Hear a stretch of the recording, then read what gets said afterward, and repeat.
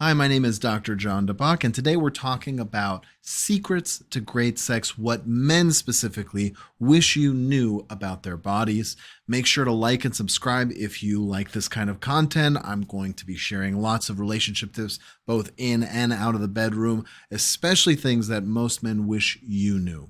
So let's dive right into the physical aspect. So in the bedroom, there are things you can do that will ramp up the sexual experience, make men excited, make them crave you more, make them want more, make them feel more satiated, so that if you only are able to have sex once in a while with this man, or if it's your first time, they feel incredibly satisfied by the relationship, will come back to you, increase that connection, all the stuff that you would expect and you would want, right? Sometimes you want them to become more generous in bed.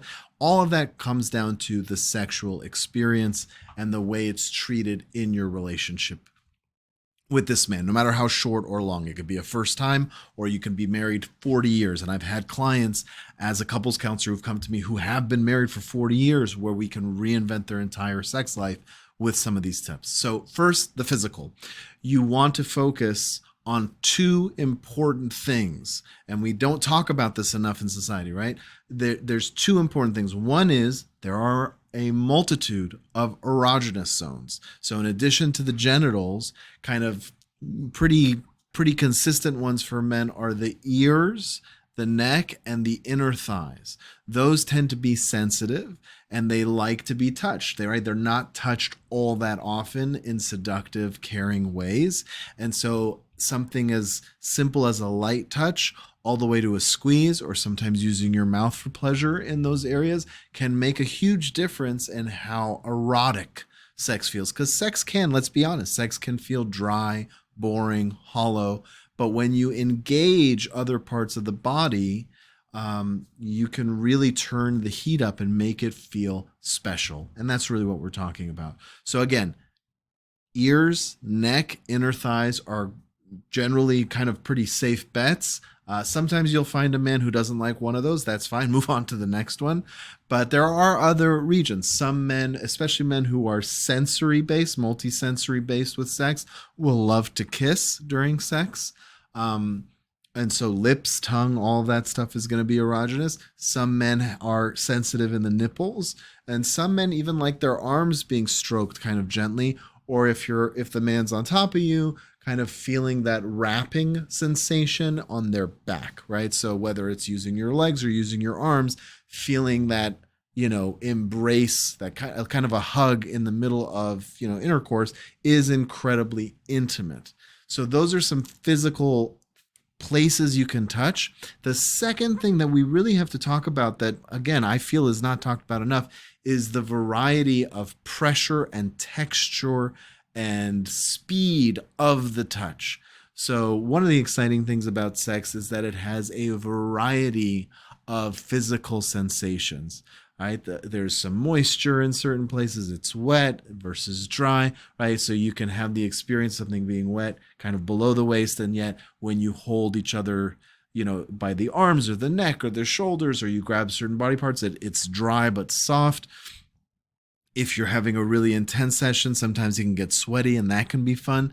So think about, all those things are just naturally occurring, but you can control a lot of that. So the speed and the pressure, right, that it can be kind of fast and pouncing, but mixing it with a soft touch here and there. Or if it's a softer touch, grabbing harder and pulling in, or pushing away, engaging that variety of pressure, that variety of sensation in the touch itself makes a huge difference, right? Men are often thought of, even the way we think of ourselves, as the strong man, right? I mean, if you think about it, in order to even have intercourse, we have to be firm, we have to be strong, we have to be stiff, and there's a tightness and a tension to that stiffness. And if you can't get there, right? If you can't get the blood flowing and get stiff, then obviously sex becomes very difficult to have in general.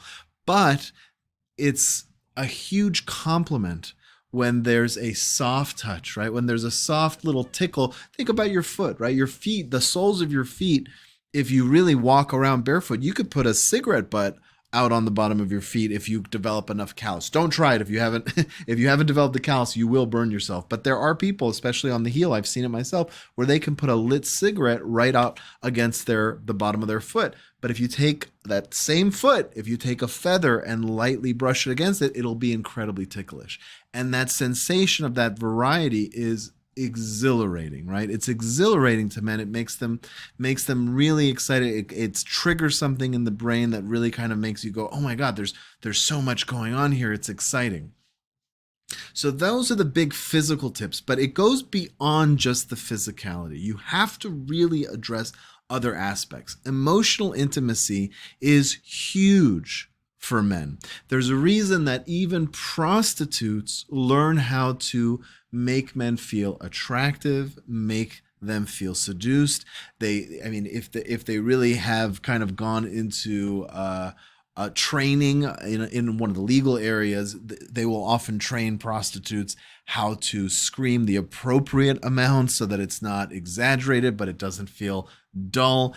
And that's because men like to feel like they're creating pleasure for their partners. That's really a big concern for most men. Now, obviously, you're going to find exceptions to all of this. There are going to be men who are able to climax in 2 minutes, and they don't need much, and they don't need to know if you're, awake even. But for the majority of men, feeling emotionally connected and feeling desired, those are the two things that you should be focusing on. So some of that connection comes from eye contact. Some of it comes from the gentle touch and the stroking that come in addition with, the thrusting and the other parts of sex that are exciting. And some of the desire comes from verbal communication. Some of it comes from the way you touch, where you can pull in, or you can even say, just verbally, like more, please, please. Things like that are going to make a man excited. Saying things like you're the best, or this part of your body is the best, or I love this about you. That's incredibly attractive, right? Men are not typically allowed to see themselves as sexual objects. We kind of repress that part of us as men. But when we feel desired, and when we feel like you want us, not anybody else in the world, but us, specifically in this really intimate and vulnerable moment of sex, that is incredibly powerful. Do not underestimate that.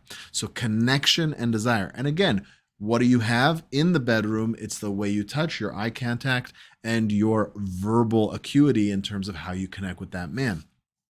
Outside of the bedroom, leading up to it, is saying things like, I can't wait to be with you. You look amazing today. I miss being close to you. I want to be pressed up against you. So all that verbal stuff can start earlier, even via text message, right? Most men don't respond too well to kind of crass, grotesque things like shove it in or something. You don't want to, right? That kind of stuff doesn't really work. There is a femininity that we're chasing, and we want it to feel earned. So if you go up to a random guy on the street that you don't know and say that, sure, they might, engage, but it's not going to feel the same. It's going to feel off.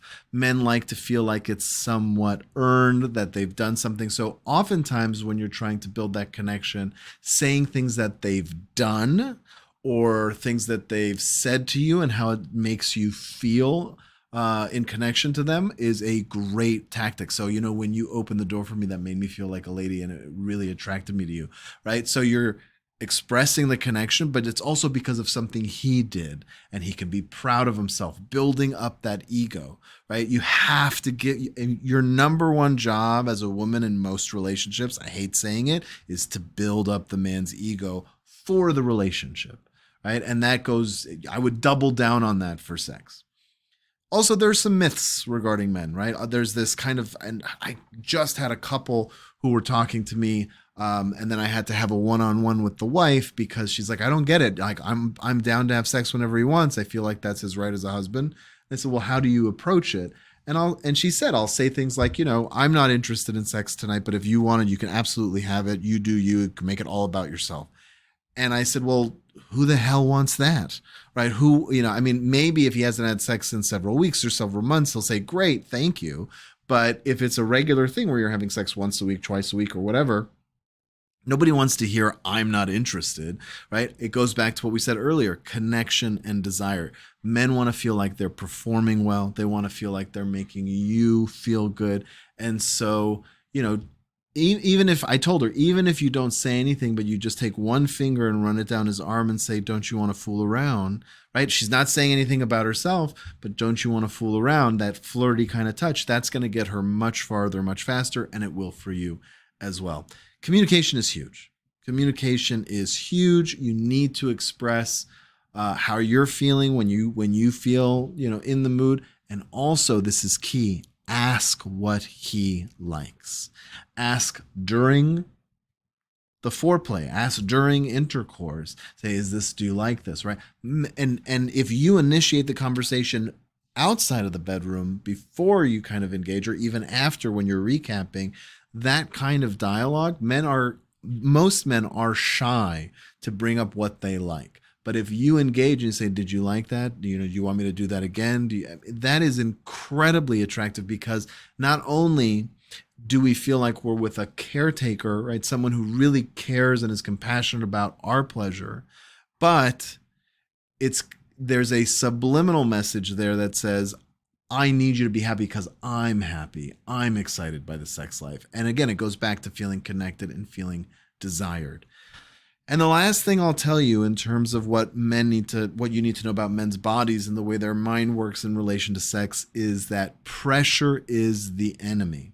So if you give them a time clock, right? Say, well, I only have 5 minutes. Can you finish in 5 minutes? Or if you say, this is taking too long, or, hey, that's the time pressure one, or another form of pressure is if you want them to climax and like you really just want it. Right?